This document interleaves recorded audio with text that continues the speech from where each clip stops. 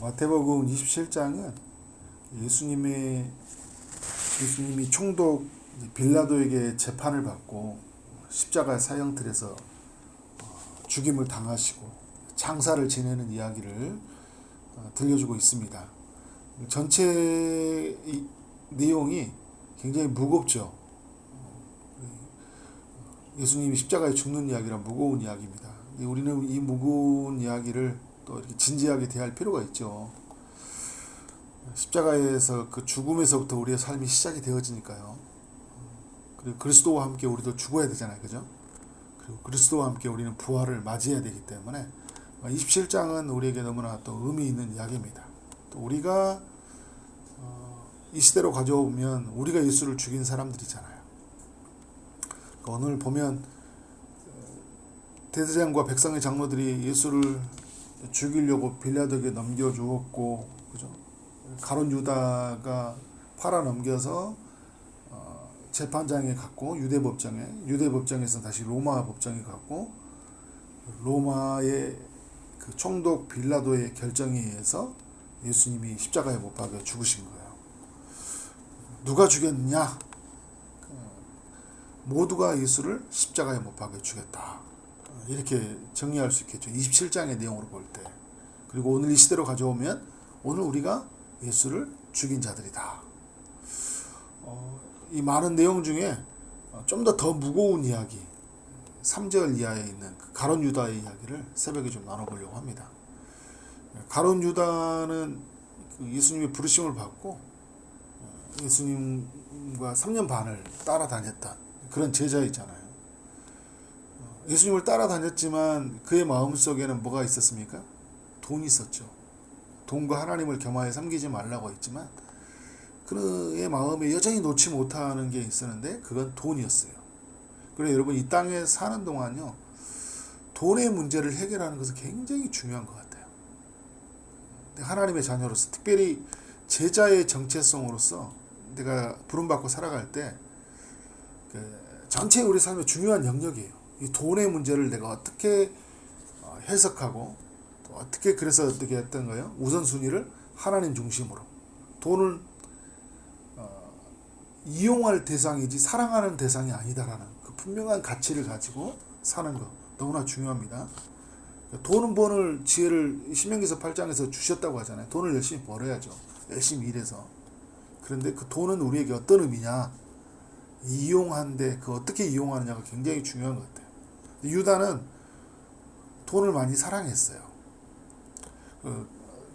그럴 뿐만 아니라 돈을 막 훔치잖아요. 사랑하니까 훔치는 장면을 보여줍니다. 요한복음에 보면. 그러니까 제자들이 함께 움직이면서 그 공동에 돈이 있었죠. 이 사람이 회계를 맡았었는데 그 있는 돈을 어떻게 자기가 이렇게 취하잖아요. 훔치잖아요. 이 사람은 돈을 관리하는 사람인데 정말 잊지 말아야 될 게 뭐였냐면 사람들을 이제 그리스도 앞으로, 예수님 앞으로 인도해야 될 그런 직무를 가진 사람이에요. 예수님을 알려야 될 직무, 예수님의 증인의 직무를 가진 사람이잖아요. 그런데 이 사람이 어떻게 해요? 자신의 직무를 버리고 오히려 예수님을 악한 자들에게 넘겨주는 이 역할을 한 거예요. 그러니까 여러분 뭐예요? 돈이 그가 따르는 스승이었고 돈이 주인이었기 때문에 어떻게 하는 거예요? 예수님을 돈과 바꿔버린 거예요. 그러니까 유다에 가지고 있는 그 양심, 신앙 다 저버렸잖아요.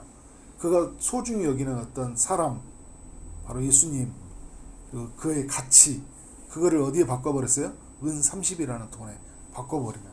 이게 어느 날 갑자기 일어난 게 아니라 성경은 그가 이전부터 이 돈의 문제에 매우 민감했다. 돈에 금고를 손을 댔었고요. 그리고 이 옥합을 깨뜨린 여인에게 어떻게 합니까? 어떻게 협의하느냐로 주도적으로 말했던 사람이 가룟 유다거든요.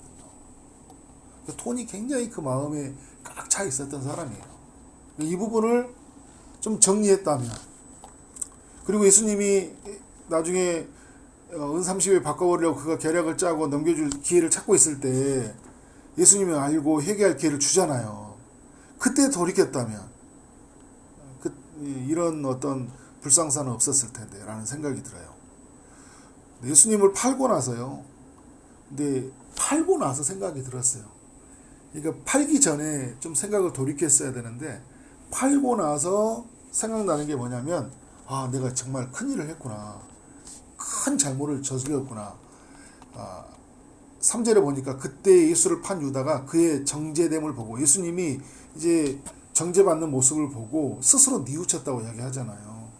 아 내가 큰 실수를 저지른 것 같다. 그래서 어떻게 합니까? 은 30을 대제사장과 장로들에게 도로 갖다 주어요. 자기가 돌이킬 수 없는 큰 죄를 저질렀다는 것에 대한 후회죠. 뉘우침이 있다는 거예요. 그런데 여러분 4절에서 이 대제사장과 장로들이 어떻게 말을 합니까? 이르되 그것이 우리에게 무슨 상관이냐? 내가 당하라. 그죠? 야 네가 책임져. 우리는 몰라. 너 그냥 30 네가 가져. 그죠? 네가 책임져. 여러분 이게 이 사탄의 방식이고요. 세상의 방식이고요.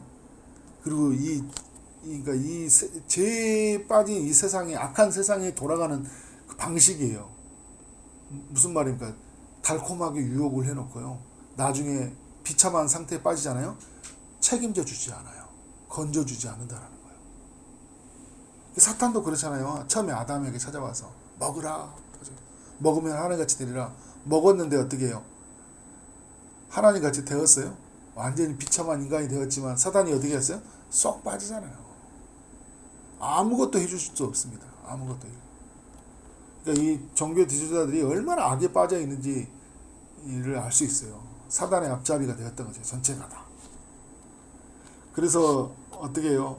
돈은 손에 남아졌어요. 이제 돈도 돌려주고 싶어도요. 돈도 돌려줄 수가 없어요. 그런데 여러분 돈은 손에 잡혀졌지만 그의 삶에 뭐가 사라졌어요? 예수님이 사라져버린 거예요. 부자 청년과 똑같은 거죠. 부자 청년은 어떻게 해요? 돈은 자기가 포기할 수 없었는데 누구를 포기해버려요? 예수님. 그의 영생을 주는 예수님을 포기하듯이. 또 어제 나눴던 여인의 이야기가 정말 중요하잖아요. 그때 좀 가룟 유다가 26장의 이야기, 향유 옥합을 깨트린 여인을 보면서 아, 내 돈보다 더 가치 있는 분이 예수님이시구나. 내가 가장 삶의 우선순위는 예수님이시구나. 이걸 배워야 되는데, 그죠? 3년만 동안 옆에 따라다니면서 예수님을 그렇게 말씀으로 배우고 삶으로서 배웠는데 그가 삶으로 결단하지 못하니까 너무나 어리석은 거죠. 그래서 여러분 이제 유다가 어떻게 해버립니까? 그 5절에 보니까 은을 성소에 더 넣고요. 스스로 목매어 죽어버려요. 돈을 성소에 던져 넣어버렸다는 거죠. 그러니까 여러분 성소에 던져 넣었다고 하면 해결됩니까? 죄의 문제가? 죄의 문제가 해결돼요? 안 되죠. 던져버린다고 해서 해결된 게 아니에요. 아, 나 이제 돈을 이거 훔친 거야. 이건 내가 스승을 팔아서 돈 받은 돈이야. 그래서 성소에서 던져 넣었던 거예요. 근데 여러분, 이 성소에 던져놓고 스스로 목매어 죽은 것이 그의 선택이었는데 그가 정말 선택해야 될 게 뭘까요? 예수님에게 가야 되죠. 예수님에게 가야 돼요. 그런데 여러분 예수님에게 어떻게 하고 있습니까? 가지 못하고 있어요. 예수님에게 가지 못하고 어떻게 합니까? 스스로 목매어 죽어버리잖아요. 예수님에게 가서 자기가 죄에 빠졌다 용서해 달라고. 지금 예수님은 어디에 가 있습니까? 빌라도 법정으로 이제 넘어가잖아요. 그럼 빌라도 법정에 가서 예수님에게 앞에 가서 누가 나를 죽이든지 뭐 하든지 어떻게 하는 거예요? 예수님 저희 용서해 주세요. 어차피 죽으려고 생각했네. 그죠? 그러면 나 빌라도 법정 가서 나 예수님한테 솔직하게 다 고백하고 그냥 장렬하게 죽든지 뭐 그런 생각도 어리석으니까요. 이 마귀에 가득하게 그의 영혼이 눌려 있으니까 분별력이 전혀 없는 거죠. 그러니까 어떻게 하는 거예요?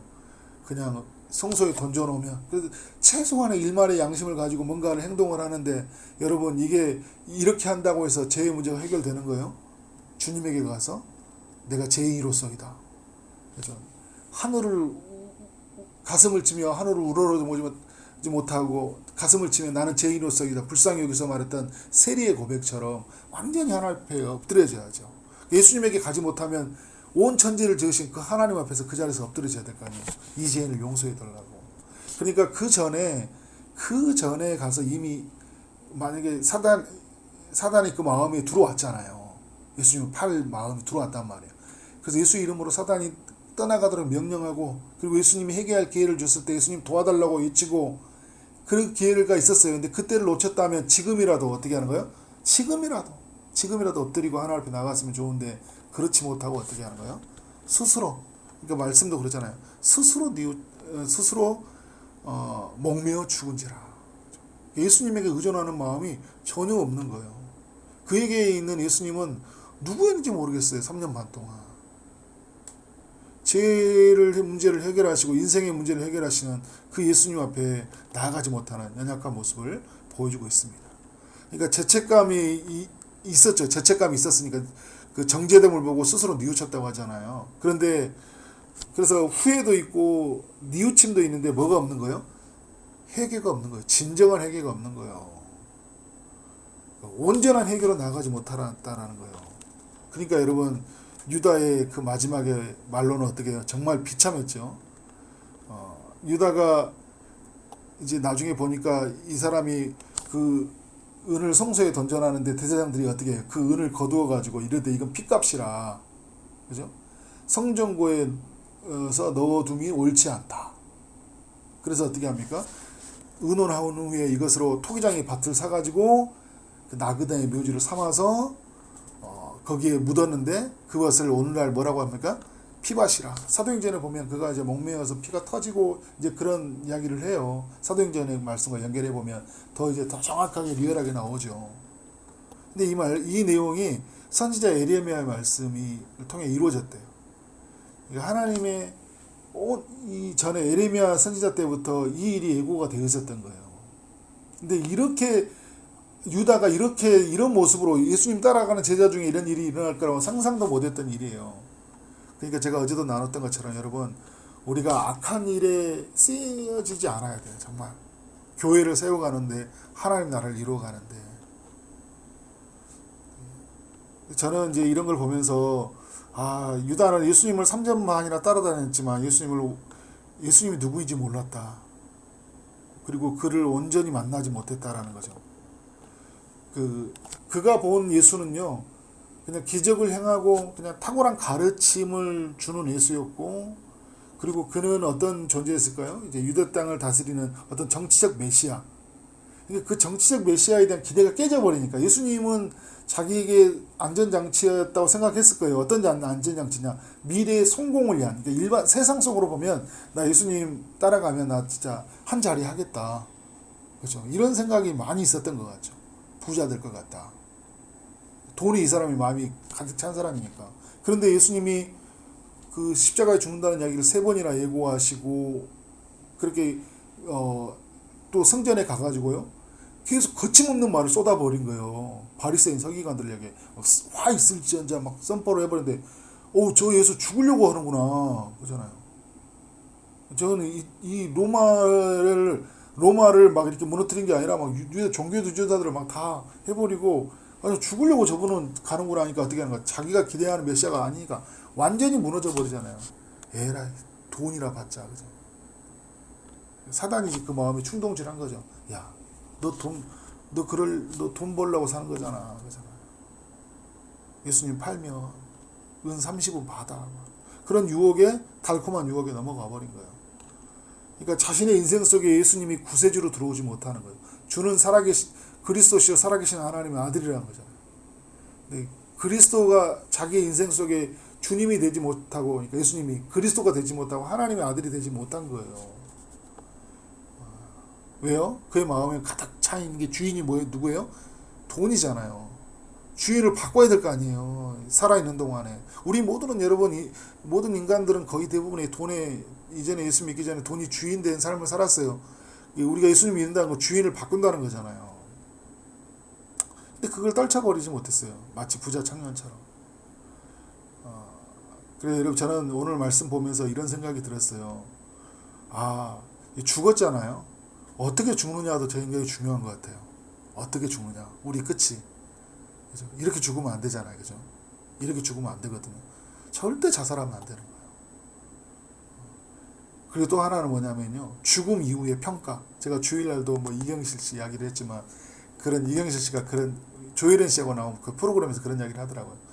돈을 많이 벌고 싶냐 이야기하니까 뭐 그것도 중요한데 더 중요한 거는 그 끝났을 때 나를 사람들이 어떻게 평가하느냐.